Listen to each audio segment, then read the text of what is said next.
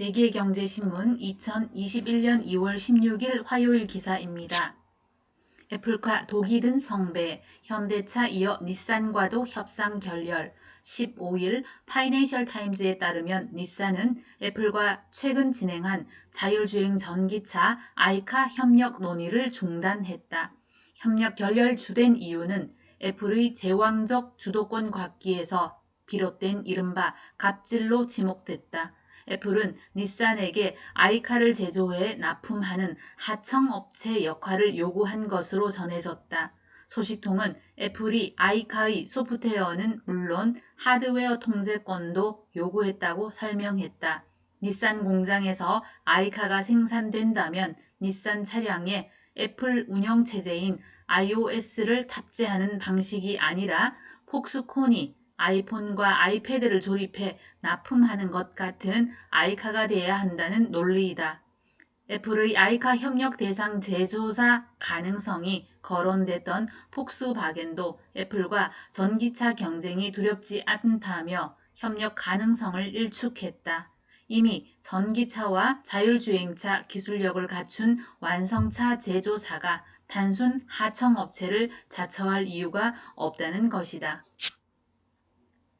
현대자동차가 15일 전기차 전용 플랫폼 eGMP를 첫 적용한 야심작 아이오닉5의 실내 사양을 공개했다. 아이오닉5의 강점은 높은 실내 공간 활용도다. 엔진, 변속기 등 내연기관 차량에 들어가는 부품을 없애는 대신 더 넓은 공간을 확보할 수 있기 때문이다. 내연기관차의 구조적 한계로 지적됐던 실내 터널부를 없애고 바닥을 평평하게 설계했다. 좌석 밑에 비행기 1등석처럼 다리 받침대를 배치했다. 등받이와 쿠션의 각도도 조절할 수 있어서 주정차 시 편안한 휴식이 가능하다는 설명이다. 탑승자가 자유롭게 공간을 활용할 수 있도록 중앙 콘솔 유니버셜 아일랜드는 앞뒤로 움직일 수 있도록 설계했다. 앞좌석에 공간이 더 필요하면 콘솔을 뒤로 밀어 더 넓은 공간을 확보할 수 있다. 운전석 계기판부터 동승석까지 이어지는 콕핏 역시 공조장치의 부피를 줄여 슬림하게 디자인했다. 전자식 변속 레버는 스티어링 휠 주변에 배치해 운전자의 편의성을 높였다. 내부 인테리어는 친환경 소재로 제작됐다.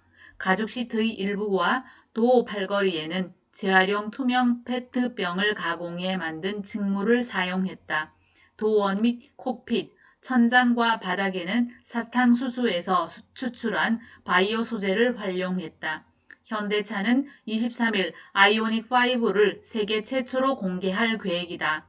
다음 달 유럽에 먼저 출시한 후 이르면 4월부터 국내 판매를 시작할 예정이다. 아이오닉5는 1회 충전으로 최대 500km 이상을 달릴 수 있다. 초고속 급속 충전기를 이용하면 18분 안에 80%까지 충전이 가능하다.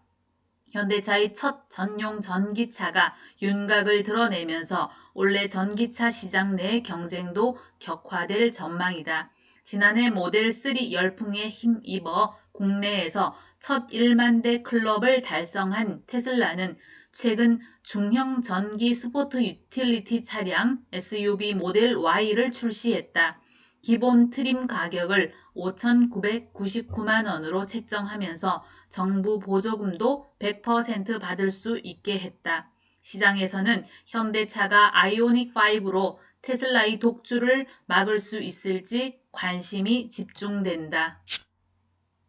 머스크가 선택한 광학 부품 명가 옵트론텍. 광학 부품 전문 기업 옵트론텍의 텐진 렌즈 공장은 작년 하반기부터 증설 작업이 한창이다. 이곳에서 생산하는 전기 자동차 자율주행용 렌즈 수요가 급증하고 있기 때문이다. 옵트론텍 대표는 15일 고객사 테슬라의 의뢰를 받아 렌즈 생산 능력을 2배로 확대하고 있다고 밝혔다. 전기차 모델별로 7에서 9개 렌즈가 장착되는데 이 중 상당량을 옵트론텍이 책임진다. 자율주행 수준이 높아질수록 렌즈 개수도 늘어난다. 옵트론텍은 벤츠에 자율주행 렌즈를 공급하는 방안도 추진 중이다.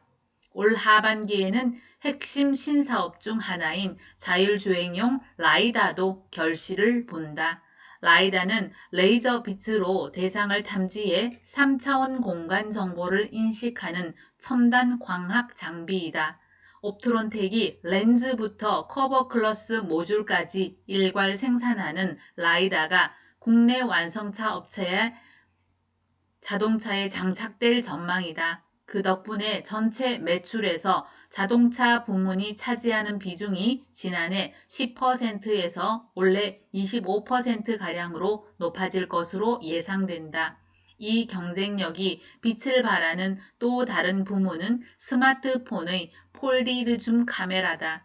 폴디드 줌은 광학 줌으로 여러 개 렌즈를 활용해 멀리 있는 피사체를 가까이 당겨 촬영하는 방식이다. 폴디드 줌은 갤럭시 20 울트라에 이어 갤럭시 21 울트라에 채택되는 등 이제 막 확산되기 시작했다. 쿠팡이 언제 이렇게 컸나 충격 휩싸인 유통 대기업들. 쿠팡의 미국 뉴욕 증권거래소 상장 소식이 전해지면서 국내 유통업체들이 대응 전략 마련에 속도를 내고 있다. 예상보다 빠른 쿠팡의 상장 시기 3월가 기업가치 평가 규모 약 55조 원, 신규 자금 조달 사용처 한국물류인프라에 투자하는 등 모두 충격으로 받아들여지고 있기 때문이다.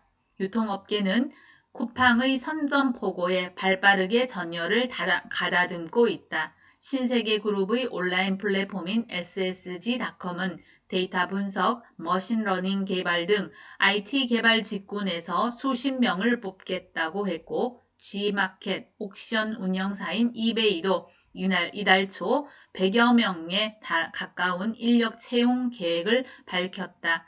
쿠팡이 앞으로 5년간 기존 인력 5만 명만큼 추가 고용하겠다고 밝힌 바 있어 향후 전자상거래 업체 간 인력 쟁탈전이 치열해질 수밖에 없다는 해석이 나오는 대목이다.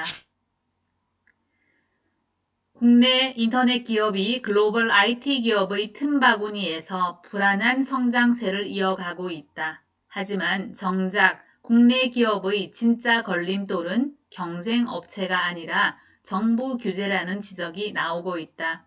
규제, 심의, 세금, 망 사용료 등에서 해외 IT 기업이 국내 업체보다 유리한 역차별 문제가 심각해지고 있다는 것이다. 망 사용료가 대표적이다.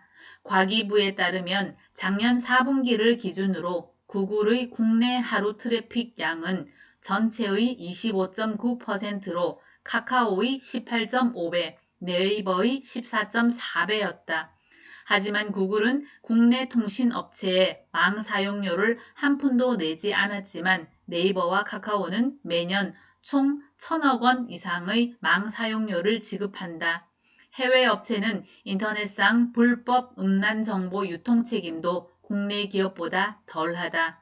업계에서는 이런 역차별 규제가 갈수록 심해진다고 걱정하고 있다. 전선도, 기판도, 구동칩도 동났다. 반도체 품귀 확산. 차량용 반도체에서 시작된 공급 부족 현상이 패키지 후공정 부품, SSD 데이터 저장 장치 컨트롤러, 8인치 장비 등 반도체 산업 전반으로 확산하고 있다. 대만과 일본 등에서 발생한 천재지변 영향으로 일부 부품 공장에서 생산 차질이 발생한 것도 상황을 악화시키고 있다. 업계에선 공급 부족이 올 하반기까지 지속될 것이라는 전망이 나온다. 15일 반도체 업계와 외신에 따르면 패키징 업체들이 핵심 부품으로 꼽히는 본딩 와이어 조달에 어려움을 겪고 있다. 패키징은 반도체 칩을 전자기기에 연결 가능한 상태로 만드는 공정이다. 본딩 와이어는 칩을 기판에 연결할 때 쓰는 금속선이다.